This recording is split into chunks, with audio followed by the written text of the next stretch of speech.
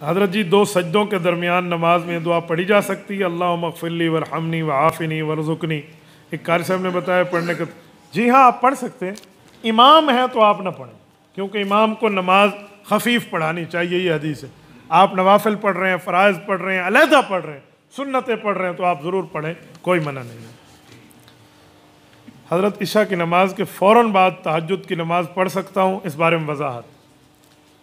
بھائی آپ کی اس حد تک تو بات ٹھیک ہے کہ اگر آپ عشاء کی نماز کے فوری بعد تہجد پڑھ لیں تو انگلی کٹوا کے شہیدوں میں نام آپ کا لکھا جائے گا کہ نوافل آپ کے شمار ہوں گے، لیکن تہجد کے لفظ کا معنی یہ نہیں ہے۔ تہجد حج ادا سے نکلا، اس کا معنی ہے نیند کو چھوڑ کے نماز پڑھنا۔ کم از کم آپ کوئی 2 4 5 گھنٹے سو جائیں، اس کے بعد آپ اٹھ جائیں۔ یہ نہیں ہے ہمارے والے کہتے ہیں 12 بجے کے بعد تہجد ہے، یوں نہیں ہے، یہ شریعت میں 12 اور 1 کا لفظ نہیں لکھا ہوا، بس آپ صبح کے داخل ہونے سے پہلے پڑھ لیں، یعنی اول وقت میں تو آپ سوئیں گے نا، اب تو سو کر اٹھیں، اصل تہجد یہ ہے۔ اور اگر آپ ایسے نہیں پڑھ سکتے تو پھر عشاء کے ساتھ 2 نفل پڑھ لیں، انشاءاللہ رب کریم تہجد بنا دیں گے، اللہ کے ہاں کوئی چیز کی بعید نہیں، لیکن آنکھ کھلنے کی دعا ضرور کر لیا۔ دیکھو ماشاءاللہ کیسا تعمیری سوال ہے، ایسے سوال مزہ بھی کرتے ہیں، اللہ اکبر، جو بندہ دین سیکھنے کے لیے سوال کرے۔ ہمارے اکثر بھائی کہتے ہیں حیات ممات مولویوں کا کام ہے، ہم جس کو مانیں، جس کے پاس جائیں، حیات ممات سے کیا لینا؟ میرے بھائی میں ایک جملہ آپ کو کہتا ہوں، یہ حیات ممات کا لفظ یہ عقیدہ حیات النبی کی توہین ہے، لفظ یہ نہ بولا کریں۔ حیات ممات کیا ہوتا ہے؟ عقیدہ حیات النبی۔ یہ لوگ جو حیات ممات کا لفظ کہتے ہیں نا، یا تو ناواقف ہے، انہیں پتہ نہیں ہے، اور یا وہ اس عقیدے کی اہمیت کو گرانا چاہتے ہیں۔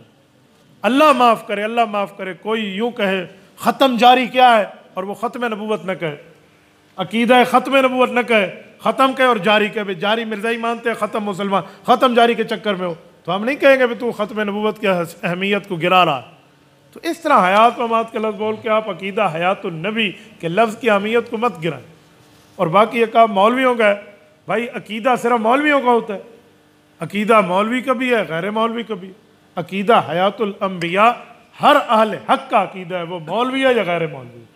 باقی یہ بات کہ مولویوں کا کام ہے، یہ جان چھڑانے والے کام ہے، یہ اس طرح حاجی اور چاجی نہیں بن پائے گا، اس کے لیے پورے دلائل ہیں اور پوری ترتیب ہے۔ عقیدہ حیات الانبیاء قرآن کریم میں موجود ہے، عقیدہ حیات الانبیاء حضور کی حدیث میں موجود ہے، عقیدہ حیات الانبیاء صحابہ کے اجماع میں موجود ہے، عقیدہ حیات الانبیاء امت کے تمام فقہا اس کے قائل ہیں۔ تو آپ ایسا نہ کر دیں کہ یہ فلاں ہیں فلاں ہیں، یہ مولویوں کے کام ہے، مولویوں والی بات نہیں ہے، علماء سمجھاتے ہیں آپ کو۔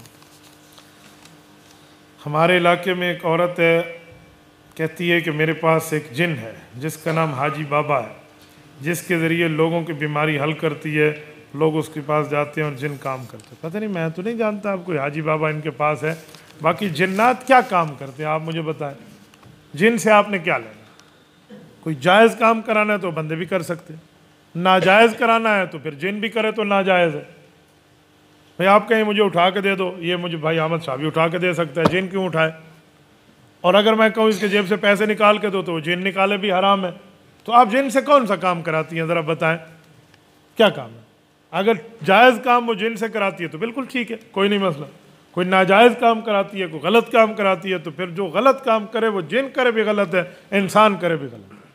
باقی پتہ نہیں اس کا نام اب حاجی بابا ہے یا کیا ہے، مجھے تو کوئی اتا پتہ نہیں ہے، نہ میں نے ایسا کچھ دیکھا ہے آج تک۔ لوگ ایسے خواہ مخواہ سے بعضوں کو جھوٹ بھی بولتے ہیں۔ میں ایک جگہ تھا تو کسی نے کہا جی میرے پاس 10,000 جنات بیٹھے ہوئے ہیں، تو میں نے کہا بھائی ٹھیک ہے، ہوں گے آپ کے پاس 10,000؟ وہ بڑے اس پر اونچا اونچا ہو رہا تھا، جی ہمارے پاس ایسے 10,000۔ تو میں نے اسے کہا ایسا ہے، یہ جو ہندو جا رہا ہے نا پرستش کرنے، تو اس کی ٹانگ توڑ دے، جن کو کہے اس کی ٹانگ توڑ دے تاکہ یہ عبادت پہ نہ جائے، مسجد ہے تو اس کی ٹانگ ٹھیک رہے۔ کہتے جن یہ تو نہیں کرتا۔ میں نے کہا اس جن کو اپنے گھر میں رہو، جھوٹے آدمی ہمارے سامنے ادھر ادھر کی باتیں کر کے بیٹھے۔ میں کچھ دنوں پہلے کراچی گیا، ہمارا جلسہ تھا، ہم ایئرپورٹ سے نکل کے جیسے باہر آئے نا، دیوار پر آگے ایک لفظ لکھا ہوا تھا، دنیا کی ہر نعمت کے حصول کے لیے اس عامل بابا سے رابطہ کریں، اس کا آگے نمبر لکھو۔ میں نے مفتی زاہد صاحب کو کہا جو میرے ساتھ ٹٹو اللہ یار کے مفتی صاحب ہیں، میں نے کہا مفتی صاحب اگر یہ سچ ہوتا تو اس کے نام یہ دروازوں پہ لکھے ہوئے ہوتے، یہ اپنے کام خود بیٹھ کے کر رہا ہوتا۔